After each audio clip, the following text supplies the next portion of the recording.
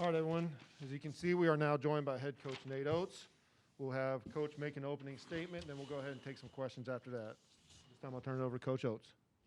Yeah, thought it was a quality win. We obviously didn't play well, offensively as far as shooting the ball. Had a few too many turnovers, but, we got to find ways to win when we're not hitting 23 threes. And, I told our guys we may not do that. LSU came out, guarded us a lot better than they did the first time. You would have expected that. They've got some pride over there, and what we did to them in their gym. We anticipated them playing us a lot better, and they did. We went 6 of 24 from three, which obviously not ideal. Shaq and Petty, two of the better shooters in the league, weren't necessarily on fire tonight, but I thought we did some other things, out rebounded them by 16. I thought we did a really good job defensively. Cam Thomas got going early, had 11 quick ones, into the game with 22. So I thought the last 30 minutes or so of the game, we did a decent job on him. Trendon goes 3 out of 13. He ended up with 9 rebounds. A lot of those were some of those were off his own misses, I guess a couple of them maybe. But, he thought our guys did a really good job, especially with Herb, who's, I think, the best defender in the league. When Herb gets his 4th foul and he's still banged up, and Reese stepped in, did a great job, I thought, on Trendon, and Jahvon Quinerly did a great job. So different guys there and a team defensive effort. So big win, creating some separation between us and the rest of the league. Saturday is going to be huge. Missouri's, I believe, the last team standing with only 3 losses. So this is the only time we play them. So this is a big game on Saturday for, potential where it could end up, a month from now when you're looking at seeding and all that. So thought the guys responded well to the loss and got a big one. Got 2 days to prepare here for Missouri. Thank you, Coach. As a reminder, just use the raise hand function, and we'll get to your questions. We'll start with Michael Casagrande. Yeah, Nick, could you imagine shooting 6 for 24 3-point shots and winning a game by almost 20 points? You know what? Not to win by 20. I could imagine shooting 6 for 24. We struggled non-conference shooting it, and shooting kind of comes and goes a little bit. But guys are getting in the gym. I don't anticipate Shaq and JP going 1 for 11 combined again. I think they'll fix that. And, you look at second chance points. We had 0 the last game. 4 the game before that, we had 17. It was 17-4 on second chance points. So, I thought that was big for us to answer the bell with the rebound. They're one of the better rebounding teams in the league, especially in the offensive glass. I thought we gave up a few too many offensive boards, but they just didn't score that many off them when we gave them up. Let's go to Cecil Hurt next.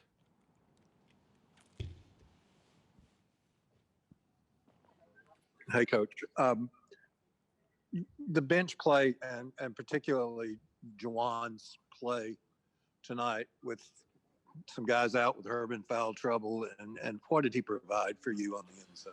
Yeah, he was huge. Herb picks up his 4th with, 17 minutes and some change left in the game. And the game was far from over at that point. There was a tight game still. We were starting to open it up. I thought the start to the second half was really good. We had offensively, maybe it didn't go well, but we got some stops, got some runouts. I think we started it on an 18-4 run, kind of opened it up to a 20-point lead. But big part of that was when Jahvon came in. I think he came in, had 4 quick points, like 3 rebounds, if I'm correct, and he had a steal in there that got us going too. So that was like over a 3-minute stretch where, he did a great job on Trendon, finished with a career-high 12 points, and, just really happy for him. He's had a great attitude all year, hasn't got to play a ton, too many games, but he brings energy. He's block shots, rebounds, finishes in the paint. I think they told me we had a season high 52 points in the paint. All 12 of his points were in the paint. So I thought he did a really good job on that stuff. So, I was happy to see that. I think our bench outscored them 34-7. from what they said. So, yeah, that's what they got right here. So, you look at our bench and who scored. Well, that's Jahvon. Obviously Quinerly played well, and Keon Ellis. Those guys all were in double digits off the bench. So it's nice when you can bring 3 guys off the bench that can all get you double figures off the bench. Next question, Drew DeArmond. Yeah, Coach. So to piggyback off of that, 34 points off the bench. Everyone in Darius Miles, everybody contributed. Talk about how big it was to do that without Herb on the floor for the majority of the second half, and also about Jahvon Quinerly bouncing back. He had a rough game in Oklahoma, but I thought he ran the team well tonight and did some really good things. Yeah, we need Jahvon to play well, especially when, Herb's banged up like he is. Just, if it's not Herb running it, trying to get Jahvon to run, the point. Obviously, Javon's natural point guard and does a good job. And he's been studying film, asking questions, in the gym working. I was happy to see Jahvon play the way he played. He was, what do you have, 10 points, 3 assists, 3 rebounds. I thought defensively he was better. He shot it well from 3. He was 2 of 3, so one of the few guys that did shoot it well, him and Keon Ellis. So happy with Keon. Well, or happy with Jahvon. You had, what was the first part of your question? It's about the just the bench play overall. Yeah, Herb's banged up. Not one of Primo or Petty's better games. So, when 3 starters combined to go for 12 points, you need to get some production elsewhere. And, it's nice when you can go to the bench and get 3 guys give you double figures off the bench. And, yeah, Darius Miles came in, win the games not decided and played well. I thought, he drove the ball. He took the one questionable shot, but thought he drove the ball, scored it well, gave us some good defensive minutes too. So Keon Ambrose gave us some solid minutes when he was in there too. And, it was nice we were able to win this without playing Herb a ton of minutes, and Rojas still isn't 100%. So hopefully we can get those guys a lot closer to 100, before the Missouri game. Let's go to Tony Tsoukalas next. Nate, back-to-back good games from Alex Reese. What did you see from him, especially after getting that shot to the eye and being able to kind of come back and still provide some offense after that? Reese has been working. He's been in the gym shooting. Coach Hodgson and him, after practice, they've been in the gym. It was good to see him hit that 3 in front of the bench. I thought offensively he gave us 13 points, but he did a great job defensively on Trendon too. He cut him off, forced a turnover on the one play. So really happy for him. We're missing Bruner, but the way Reese has been playing these last 2 games, we're not going to miss him as much. And, we've needed Reese to play bigger minutes, and, he's stepping up and giving us what we need out of him right now. So really happy with his play. We'll go to Steve Moulton next. Coach, congrats on the win tonight. I had 2 questions, if I could. What was the message to the team at halftime? And the second part would be, you mentioned about Herb getting in foul trouble early. Did you guys play better than maybe even you thought you would play without Herb playing for much of the second half? Yeah, I wouldn't have liked our chances without Herb playing much and going 6 of 24 from 3. So I was really happy with how Jahvon and Reese both guarded Trendon. Herb's obviously a great matchup for him with size and can move his feet and stay in front of Trendon. I thought he did a good job challenging his shots. You look at Trendon scores 9 points, but shot 8 free throws, so outside of us fouling him, I thought we did a really good job guarding him. So, can't say enough about just guys staying ready to play like Jahvon. And, I think his attitude's been great all year. I'm having a hard. Was there a second part to that question at the beginning? There was. Steve, can you repeat your second part of that question? It might have been the first part. It was a 6-point game at halftime. Your message to the team at halftime. Oh, you know what? At I just said, first 4 minutes are going to be huge. I told them, too, we weren't making threes. I think we were 2 for 13. Is that correct? From 2 out of 13. I said, look, we're getting pretty good shots. There was one questionable one I didn't think we should have taken. Other than that, so we've gotten 12 really good looks from 3. On a normal night, we're making 4, 5, 6 of those. Just keep shooting it. They'll drop. In the second half, we were a little bit better, 4 of 11, but I said we got to find other ways to win the game. We got to get in the old boards. We got to play better on defense. We got to get out in transition off our stops. So I think the guys, did that. They were pretty locked in at halftime. I think that shows with the 18-4 run to start the second half. I think that was fueled mainly with our defense. We got 3 more questions in the queue. We'll start with James Fletcher.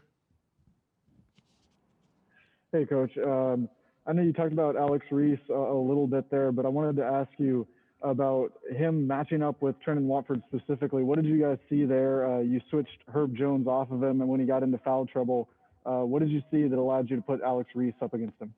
Yeah, I mean, Reese has got size. You want to keep Trenton's big. He's 6'8", 6'9". He gets it downhill. He's not – he can make a three, obviously, but it's not his game. His game's driving, post up, mid-post. So you got to keep size on him. So when we didn't want Herb getting in foul trouble, we thought Reese could guard him. I thought he's done a decent job before. He's gotten more mobile. He's gotten in better shape. He can move his feet now, and he's got great size to match up with Trenton's size. And I thought, without Darius Days out there, they always had two players that you could help a little bit more off of. So, we were able to shrink the floor up a little bit better and give guys help when, whether they were guarding Cam or Javonte Smart or Trenton. We thought we could give them a little bit more help, in the gaps and stuff off that. All right. Next question, Cecil Hurt, and we'll finish with Charlie Potter.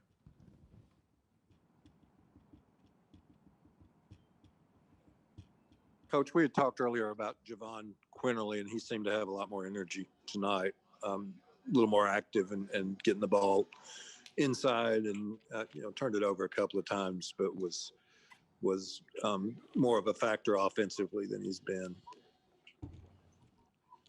Yeah, we need him to be more aggressive. And we've tried to talk to him, try to get him, playing in space. The Oklahoma game was not one of his better games, but they're really good on-ball defenders. They didn't switch everything.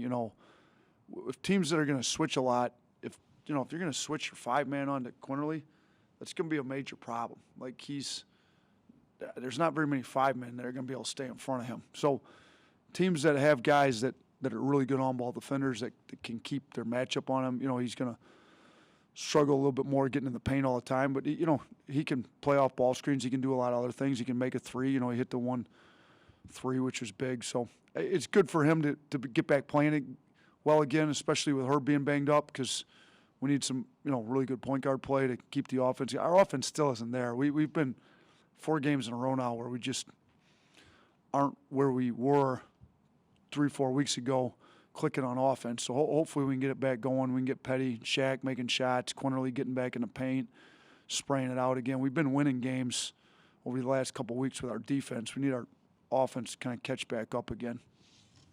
All right, last question, Charlie Potter. Yeah, Coach, this is a bit off topic, but Terry and Arnold signed his letter of intent today. Just wanted to ask you about his recruitment and your overall thoughts on him as a player. I mean, he's tough. Coach Hodgson's been recruiting him hard.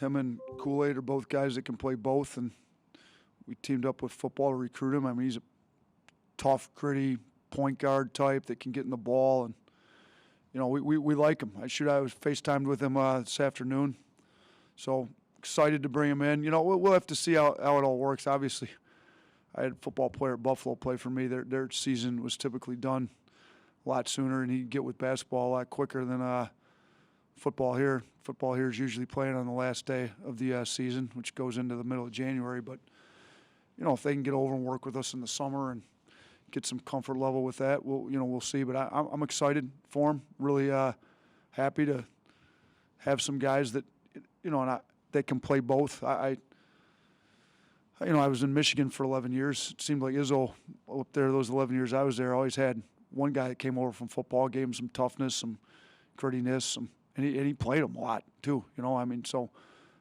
obviously Izzo and Coach Saban are good friends and talk. So we've talked to the football staff on these guys that are kind of two-way players and play two-sport players. And so we definitely love seeing him sign with us today.